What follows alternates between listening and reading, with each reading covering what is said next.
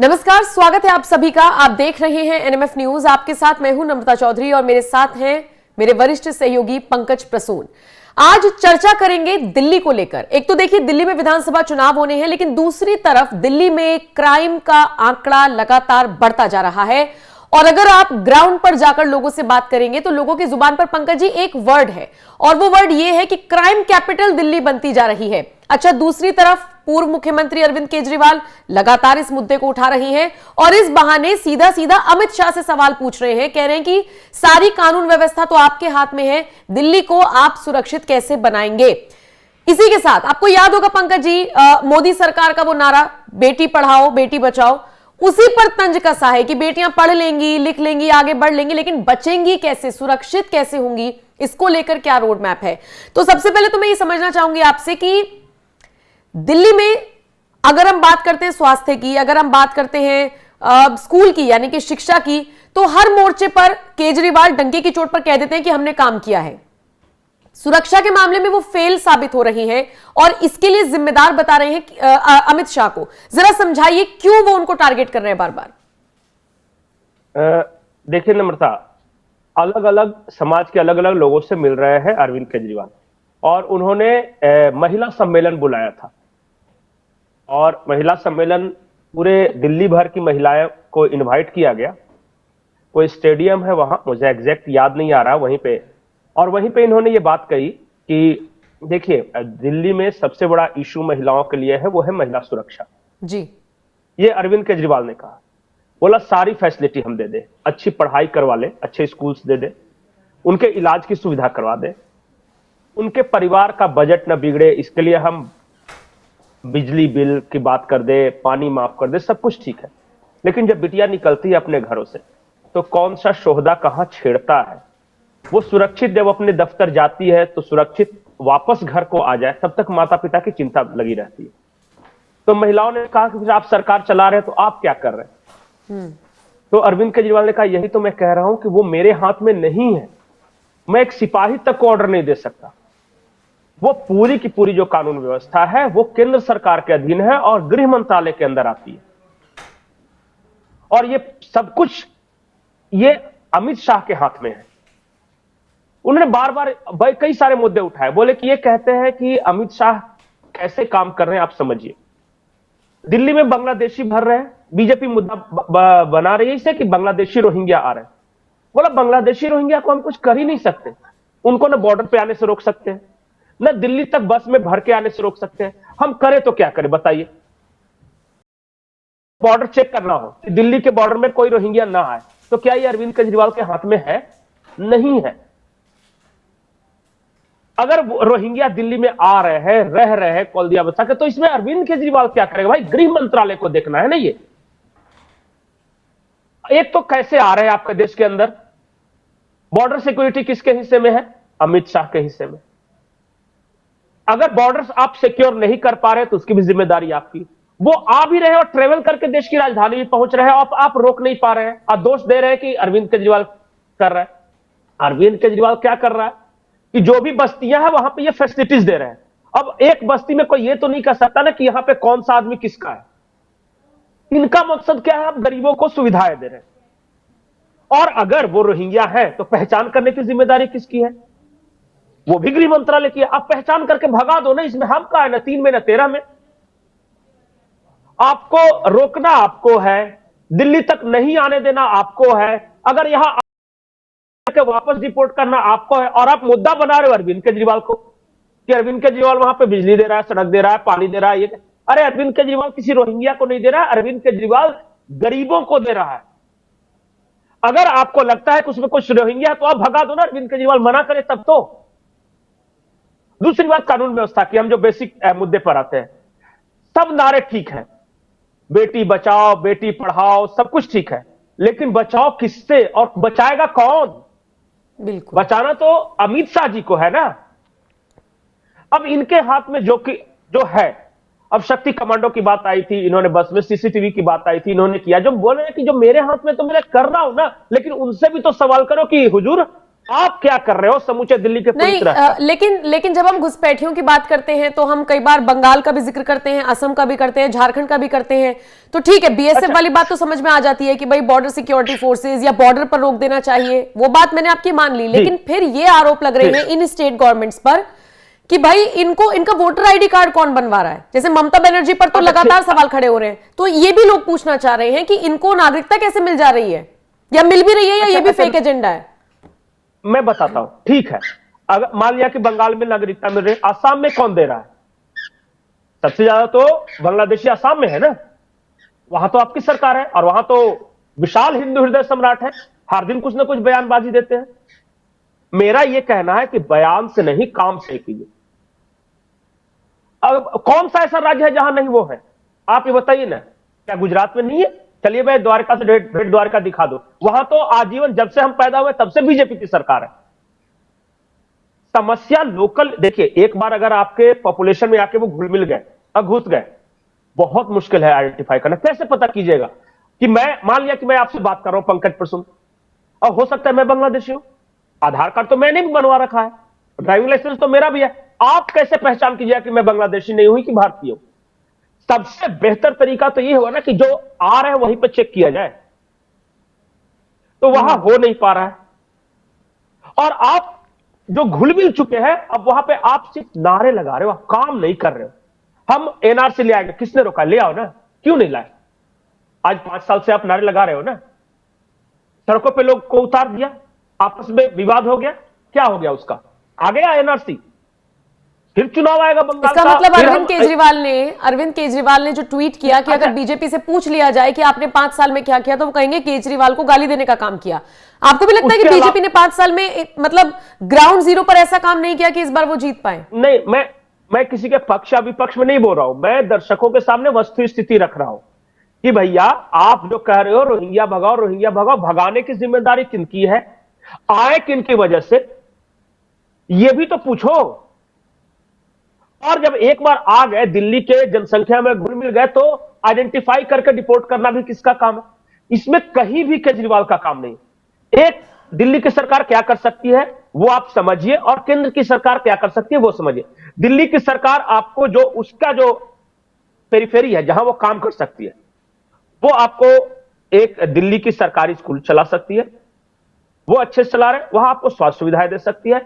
Infrastructure में भी जो बेसिक इंफ्रास्ट्रक्चर है, जैसे गलियों में नाली हो गया, सड़क हो गया, वो जो करते वो, अब दिल्ली की सरकार फ्लाईओवर्स का निर्माण नहीं कर सकती, हाईवेज नहीं बना सकती, वो केंद्र का काम है। तो जब तक आप आइडेंटिफाई नहीं करोगे तो इसी तरह गाली देते रहोगे। कल को जाए कोई बीजेपी वाला बोलेगा रोहिंग्या भगाओ, तो आप बोलोगे जय श्री राम। आपको पता नहीं कि भगाना किसको है, कि जो नारे लगा रहे हैं भगाने की जिम्मेदारी उसी को है, वो आपको शुद्ध रूप से बेवकूफ बना रहे। आप ये पूछिए कि भैया केजरीवाल खराब है, मान लिया, पर आप क्या करोगे ये आप भी तो बता दो। तो आप नहीं, तो जो आरोप केजरीवाल की तरफ से लगाए जाते हैं कि अगर हम किसी फाइल पर साइन भी करने के लिए जाएं, तो ये करवाने के लिए जाए तो एलजी साहब मना कर देते हैं। अब देखिए ना, बाकी यूटी से ऐसी खबरें नहीं आती। और अगर मैं लेटेस्ट एग्जांपल जम्मू कश्मीर की अगर आपसे बात करूं, तो उमर अब्दुल्ला को भी कोई दिक्कत नहीं हो रही मनोज सिन्हा से, जबकि चुनावों के दरमियान तो उनकी पावर को और ज्यादा बढ़ा दिया गया था। आपने सुना कि उमर अब्दुल्ला कोई शिकायत कर रहे हो कि एलजी साहब ने साइन नहीं किए? केजरीवाल के साथ ये प्रॉब्लम क्यों है? वाकई में उनको रोका जा रहा है कि आपको लगता है सिर्फ चुनावी प्रोपेगेंडे होते हैं सारे? नहीं, देखिए दोनों बातें हैं। कई बार रोका भी जाता है और कई बार थोड़ा सा एग्जेगरेशन भी होता है। यही शीला दीक्षित दिल्ली में काम कर पा रही थी। लेकिन एक बात और है केजरीवाल की स्टाइल ऑफ पॉलिटिक्स और शीला दीक्षित या जो एस्टेब्लिश्ड नेता है उनके स्टाइल ऑफ पॉलिटिक्स अलग है। वो एडजस्ट करते हैं, जैसे कि उमर अब्दुल्ला ने एडजस्ट कर लिया। आपने देखा होगा कि अचानक मोदी अमित शाह पे कम आक्रामक हो गए, एलजी की तारीफ करनी शुरू कर दी। राहुल गांधी को कह रहे हैं ईवीएम पर रोना बंद कर दो। हाँ, बंद कर दो। इसी वजह से, क्योंकि उन्हें पता है कि काम तो करना है इन्हीं के साथ, मुझे मैक्सिमम निकलवा के अपने लोगों को देना है। केजरीवाल की चिंता ये नहीं है, वो बोले कि जितना, देखिए दिल्ली जिस तरह का यूनियन स्टेट है और बाकी जो केंद्र शासित प्रदेश है, दोनों फर्क। वहां बाकी केंद्र शासित प्रदेशों में मोर और लेस सब कुछ केंद्र सरकार, और यहां क्या है कि डिवीजन ऑफ पावर्स है। जहां डिवीजन ऑफ पावर्स होगा वहां टकराहट होगी। अब बताइए, अगर मान लिया, मैं एक उदाहरण बताता हूं, अगर एक कचरे का डंप यार्ड है उसे हटाना चाहते हैं तो नॉर्मल कंडीशन में हट जाना चाहिए, लेकिन दिल्ली में नहीं, पहले एक फाइल भेजनी पड़ेगी, वो सैंक्शन होगा, फिर आएगा, तब ये प्रोसेस होगा, तब नगर निगम के पास जाएगा, नगर निगम में भी किसकी सरकार है ये देखा जाएगा, तब डिले होता है। और देखिए, मैं कौन सच्चा कौन अच्छा कौन बुरा नहीं कर रहा हूं, लेकिन दिल्ली के लोग सफर कर रहे हैं किसी भी चीज में। और अब तक होता यह रहा कि चलिए केंद्र में मनमोहन सिंह की सरकार है तो दिल्ली में शीला दीक्षित की सरकार है तो काम चला गया, अगर अटल जी की सरकार है तो सुषमा स्वराज हो गए या फिर मदन लाल खुराना हो गया, साहिब सिंह वर्मा हो गया तो चल गया। अब दो रास्ते थे केजरीवाल के पास कि उमर अब्दुल्ला की तरह एडजस्ट करके चलो कि चलिए भैया तुम्हें माता पिता तुम्हें मान लिया, लेकिन हमें काम कर लेने दो। लेकिन एक बात और है कि कैसे एडजस्ट करें, एक के बाद एक छापेमारी, एक के बाद एक, दोनों तरफ से हो रहा है, मैं ये नहीं कह रहा हूं। सफर कर रही है दिल्ली की जनता, और मैं ईमानदारी से बोल रहा हूं, मैं किसी पार्टी विशेष के पक्ष या विपक्ष में नहीं बोल रहा हूं, लेकिन आप सोचिए और दिल पर हाथ रख के बोलिए कि इस देश में क्या कोई सरकार बेसिक मुद्दों जैसे बिजली, सड़क, पानी, शिक्षा, स्वास्थ्य, ये सब को लेकर चुनाव लड़ी है और जीती है? एकमात्र सरकार है वो दिल्ली के अरविंद केजरीवाल। आप पूरे राज्य में आप बता दीजिए कि हाँ फलाने की सरकार थी और उन्होंने रोजमर्रा की जो जरूरतें हैं उसको मुद्दा बना के चुनाव लड़ा है और जीता है। आप बताइए ना, पूरे देश में। बिल्कुल बिल्कुल। एक देखिए, इस देश में एक मॉडल चल रहा था, गुजरात मॉडल, बहुत शोर था, लेकिन गुजरात मॉडल के विकल्प में क्या? गुजरात मॉडल मीन्स क्या? बड़े बड़े इन्वेस्टमेंट्स, बड़े बड़े बिजनेसमैन, बड़े बड़े इंफ्रास्ट्रक्चर, साबरमती रिवर फ्रंट, तो सरदार पटेल की मूर्ति, यही गुजरात मॉडल था ना। उसके पैरेलल में आप क्या विकल्प दे रहे हो जनता को? तो विकल्प सिर्फ एक राज्य ने दिया है, वो है दिल्ली। मैं वो बड़ी बड़ी बातें नहीं कर रहा हूं, हो सकता है मेरे पास अरबों के इन्वेस्टमेंट नहीं हो, लेकिन मैं आम गरीब लोगों की जिंदगी, उनका थोड़ा सा बिजली बिल माफ कर दिया, उनका थोड़ा सा पानी का ये दे दिया, उनको थोड़ी सी गली में सुविधा दे दी, उनका कचरा उठवा दिया, उनको अच्छे सरकारी स्कूल दे दिए, उनको स्वास्थ्य के लिए सस्ता सा इलाज दे दिया, ये क्लिनिक के नाम पे, मोहल्ला क्लिनिक के नाम पे। बोला कि मेरे पास विकल्प तो है। आप ये बहस कर सकते हो कि वो विकल्प अच्छा है, बुरा है, फेल किया, पास किया, ये आप कर सकते हो कि उतना सक्सेस नहीं रहा, लेकिन है तो मेरे पास विकल्प। अच्छा बताइए, किस राज्य के पास क्या विकल्प है? अगर गुजरात मॉडल के पैरेलल में कौन सा है? गुजरात मॉडल के पैरेलल में देश में एक और एकमात्र चीज है, दिल्ली मॉडल। और दिल्ली मॉडल मजबूर होकर केंद्र सरकार फॉलो कर रही है। आप फ्रीबीज देख रहे हो, जब भी आप किसी राज्य में चुनाव आ जाए आज की तारीख में, बीजेपी की सरकार हो या कोई भी सरकार, वही चीज कर रही है ना कि हम अनाज दे देंगे। तो अब झारखंड में देखिए मैया समान योजना दे देंगे, तो महाराष्ट्र में लाडली बहना योजना दे देंगे। वो क्या है? वो अरविंद केजरीवाल मॉडल ही है, जो किसी दूसरे रूप में नाम बदल के कर रही है। तो अरविंद केजरीवाल भले ही पूर्ण राज्य के मुख्यमंत्री ना हो, लेकिन एक विकल्प उन्होंने दिया है अपने सीमित संसाधनों से, और इसी वजह से सबसे ज्यादा आक्रमण भी इन्हीं पे है। और बाकी काम मैंने बता दिया, आप काम का कंपेयर कर लो। मैं तीन बातें बता रहा हूं दिल्ली की जनता को। अरविंद केजरीवाल का काम क्या है, वो कैसे कर रहे हैं, और दिल्ली में ही केंद्र सरकार का काम क्या है, वो कैसे कर रहे हैं, आप देख लो।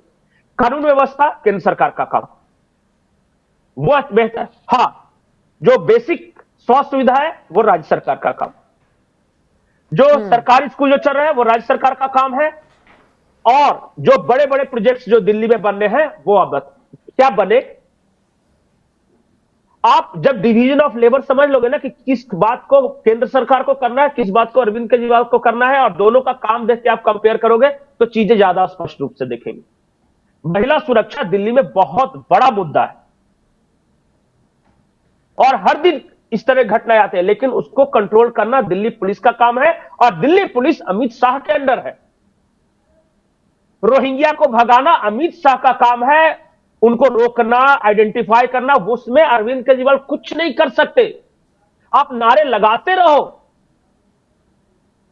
मैं कौन राष्ट्रवादी नहीं है, कौन देशभक्त नहीं बनना चाहता, कौन ऐसा हिंदू है जो हिंदू में पैदा हुआ तो उसको हिंदू पे गर्व नहीं, कौन मंदिर नहीं जाता है। लेकिन इसका मतलब क्या है कि जब कोई महिला छेड़ी तो मैं कह दूं कि जय श्री राम।